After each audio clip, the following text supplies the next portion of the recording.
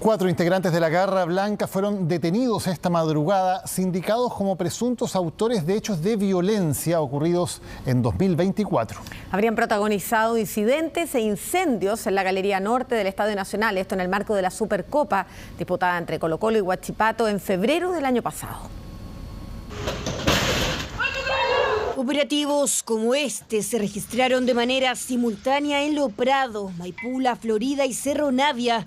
Allanamientos liderados por el OS7 de Carabineros que terminaron con 4 barristas de Colo-Colo detenidos, armas y droga incautada. Fue posible incautar evidencia que permite realizar imputaciones por delitos de tráfico de drogas, de tráfico de pequeñas cantidades de droga, por infraccionar la ley de control de armas en la lógica de la hipótesis de tenencia de fuegos artificiales. Y no solo eso, las policías en coordinación con el Ministerio Público lograron vincularlos a los incidentes registrados el 11 de febrero del 2024 en el Estadio Nacional, en medio del encuentro entre Colo-Colo y Huachipato por la final de la Supercopa, cuando miembros de la llamada Garra Blanca causaron destrozos y le prendieron fuego al sector norte del recinto deportivo, a pocos metros del memorial de los detenidos desaparecidos.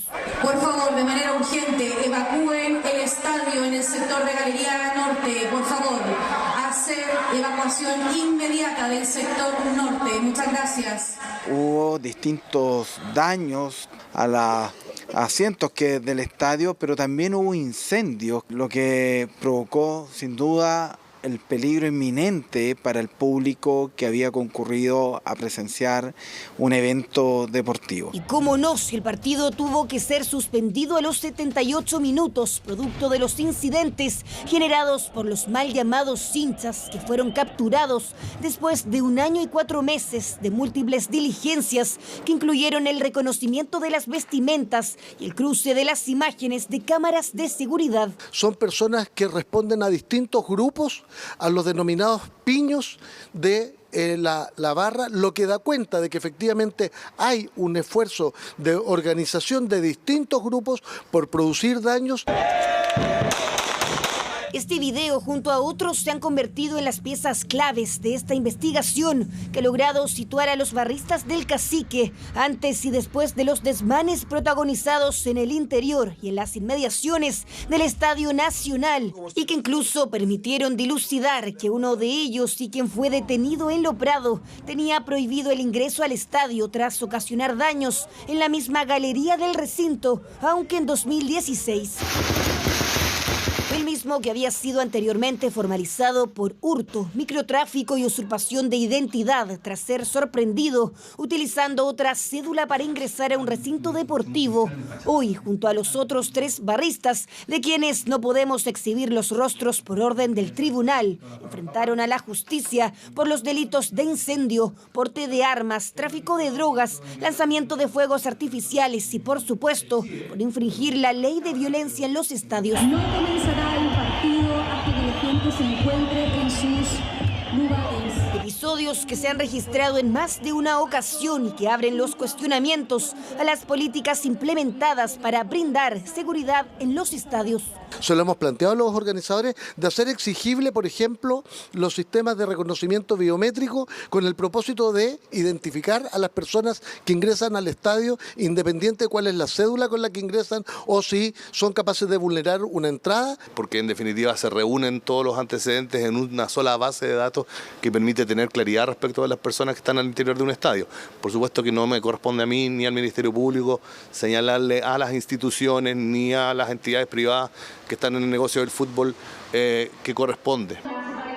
Desde la delegación presidencial anunciaron un proceso sancionatorio que podría implicar castigos a los organizadores en medio de los múltiples allanamientos que se registraron durante la madrugada de este martes y que resultaron en la detención de 4 barristas de Colo-Colo. Vamos a revisar un caso del que ayer ya les adelantamos, de un sujeto que fue detenido por una orden pendiente. Todo esto mientras había asistido a una audiencia al tribunal donde estaban formalizando a su hijo, un adolescente de 16 años que había cometido otro delito. Y ahora este hombre, porque tenía una orden judicial pendiente, fue formalizado por un asalto a una sucursal bancaria, todo esto también en la ciudad de Valparaíso, por lo tanto acá hablamos ya de una familia que está involucrada en delitos, un clan familiar, y de esto nos va a contar Nicolás Krum, quien tiene más detalles. Nico, ¿cómo estás? Hola, Nico. Hola Pato, hola Cari, ¿cómo están? Buen día.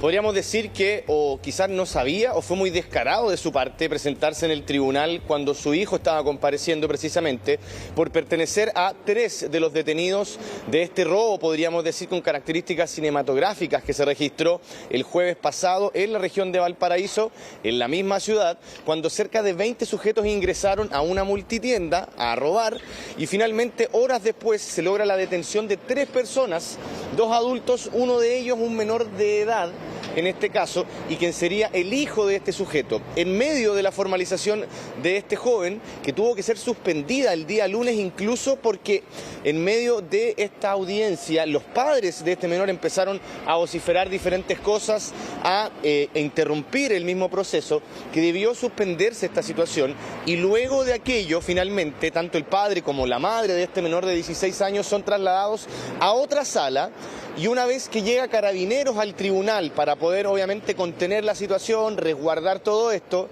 se le hace un control de identidad a este sujeto, al padre de este menor, y resulta siendo una persona que tenía una orden pendiente, que además tenía varios antecedentes a su haber, pero esta orden pendiente de las que yo les hablaba tenía que ver con un delito ocurrido meses atrás, cuando él asaltó una sucursal de un Banco Estado donde se robaron más de 100 millones de pesos, allá también en la región de Valparaíso, y que deja al descubierto, por un lado, la actividad, podríamos decir, de carácter familiar en ese sentido.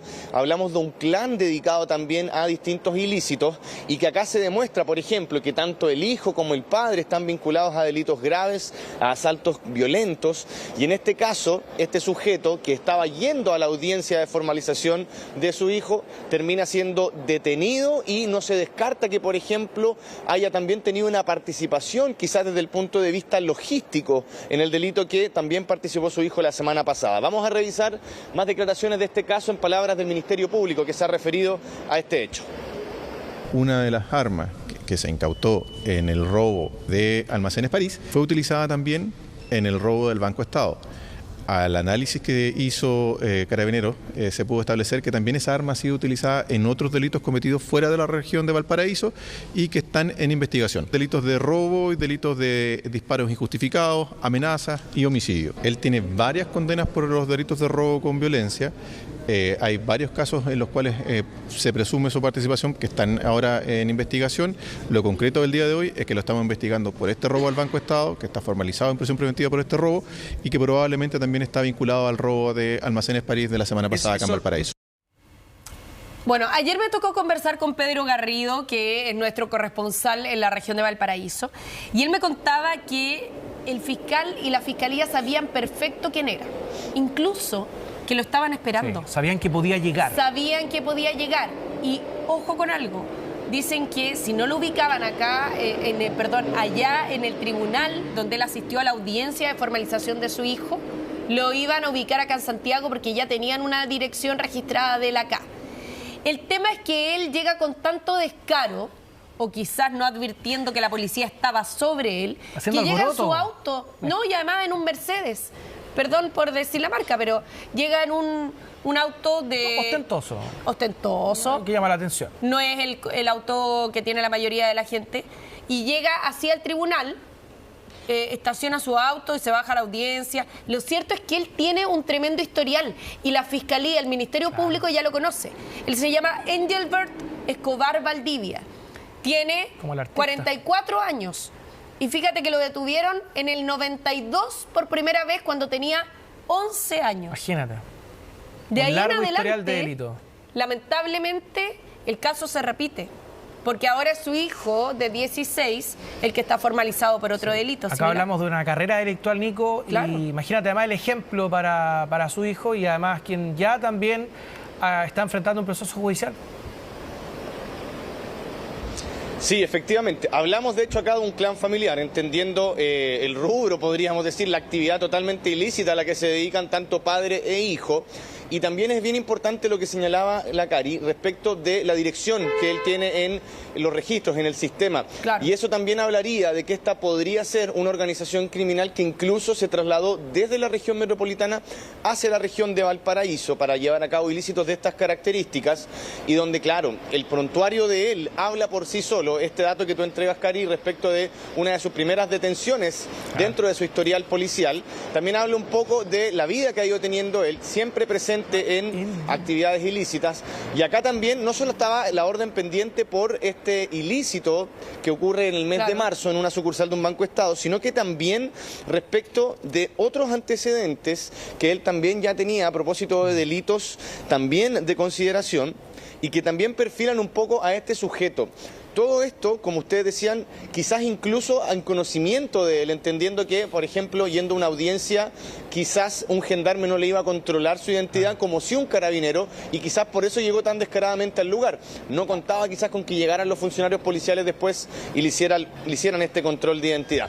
Vamos a escuchar más declaraciones ahora respecto de este caso en palabras de los abogados que estuvieron presentes en la audiencia de formalización. Mira, lo que se planteó el día de hoy en la audiencia por parte de la defensa fue una diferenciación. No entendemos que hay, por lo menos al día de hoy, antecedentes para vincularlo al delito de robo, pero no así con otros delitos. Por ejemplo, los disparos injustificados, la receptación del vehículo marca Volvo, el porte ilegal de arma de fuego. Eso fue lo que se planteó el día de hoy. Ya, dos cosas que puntualizar. Una la voy a decir yo y la otra viene por parte del Pato. Corre por vía del Pato. Por carriles distintos. No, pero yo suscribo mucho lo que va a decir el Pato. Lo primero es que a mí me parece que es un acto más de una actitud desafiante. ¿Por qué? Porque si él hubiera ido en una actitud más pasiva, no hubiera amenazado a la jueza, al fiscal y a Gendarmería en el lugar. O sea, él va a provocar alboroto al lugar y, por lo tanto, no era una persona que se andaba escondiendo, no era una persona que fuera en una actitud de prófugo de la justicia, tratando de que no lo identificaran, a ver de lejos la formalización de su hijo. Él fue ahí creyendo que él podía prácticamente ejercer un derecho a manifestarse en ese lugar. Por lo tanto, hay una actitud mucho más desafiante en aquello. Y ahí puede dar la idea, por ejemplo, que tal vez él no estaba en conocimiento de alguna orden judicial. Claro. Porque es bien extraño, si no, él tal vez se hubiese quedado afuera de la audiencia o afuera del tribunal. O hubiera mirado de lejos. O hubiese intentado pasar más desapercibido, pero eso es llamativo. Y lo segundo, además, Nico, bueno, acá lo que conocemos es la declaración posterior, donde dicen, bueno, nosotros pensábamos o teníamos la idea de que él probablemente iba a venir acá y que acá lo íbamos a controlar y que iba a ser detenido. Pero tal vez acá nunca nadie lo buscó. No, y la pregunta es por qué no lo detuvieron antes. ¿Por qué no lo detuvieron antes? Si dicen que lo tenían identificado, claro, ¿no? Que lo habían identificado a partir de un jockey amarillo. Acá puede ser tal vez que fue una oportunidad que se les presentó y que se entregó literalmente ahí en plena audiencia. Uno también pudiera mirar, Nico, con cierta distancia lo que dice la Fiscalía hoy día, ¿no? Claro. Tal vez nunca lo buscaron. Sí, sobre todo... Sí, considerando, por ejemplo, la fecha en que ocurre el ilícito por el cual él finalmente fue detenido y formalizado también, que tiene que ver con el robo de una sucursal bancaria que ocurre en marzo de este año. Es decir, han pasado meses y como uno obviamente va a pensar, bueno, que estaban esperando que se apareciera mágicamente en algún lugar, si es que ya tenían noción de su dirección, de cuáles eran sus redes de contacto, ¿por qué no lo fueron a detener antes? Podríamos valorar, por supuesto, en este caso la detención oportuna a propósito de este hecho, pero si él no hubiera hecho todo este alboroto, todo este escándalo dentro del tribunal, posiblemente habría sido un familiar más que concurre en audiencia y luego se retira del lugar. O si su hijo no es detenido. Sí, al igual que Cari en este caso, podemos, claro, en ese mismo sentido, si dentro de esta veintena de delincuentes se detienen a otros sujetos, claro, él quizás no habría aparecido. Sí. Son situaciones que pueden generar controversia, polémica. Veremos, obviamente, este caso avanzando en la investigación que ya sigue en curso, más allá de la medida cautelar con la que él quedó, que fue prisión preventiva, pero veremos también si es que se demuestra muestran más antecedentes y finalmente cuál es el argumento de la Fiscalía para dar cuenta de una detención que, si bien es oportuna, obviamente ocurre con meses de posterioridad respecto del hecho y que, claro, es lo que todos nos cuestionamos. De no haber ido esta persona al tribunal, lo hubieran detenido, era un blanco de la investigación ya.